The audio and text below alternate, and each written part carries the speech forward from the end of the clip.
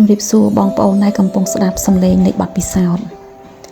នេះជាមេរៀនដែលនាងខ្ញុំទទួលបានក្នុងកំឡុងពេលដែលខ្ញុំកំពុងតែតស៊ូនឹងបញ្ហាទី1របៀបអត់ធ្មត់ទី2របៀបគ្រប់គ្រងប្រាក់ទី3របៀបទប់ស្កាត់អារម្មណ៍ទី4របៀបឈរឡើងវិញពេលដួលចុះតាមពិតការតស៊ូមិនមែនជាសត្រូវរបស់យើងទេ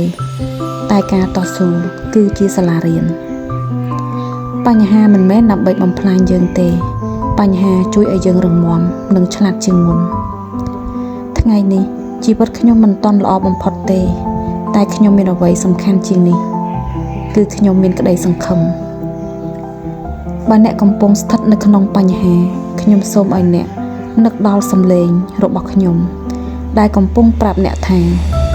សូមកុំបោះបង់អ្នកត្រូវតែតស៊ូទៅមុខបន្តទៀតដំណោះស្រាយមានសម្រាប់អ្នកនេះហើយជាមេរៀនដែលខ្ញុំបានរៀនពីការតស៊ូប្រសិនបើអ្នកគិតថាបទពិសោធន៍របស់ខ្ញុំមានប្រយោជន៍សម្រាប់ខ្លួនអ្នកឬអ្នកផ្សេងទៀត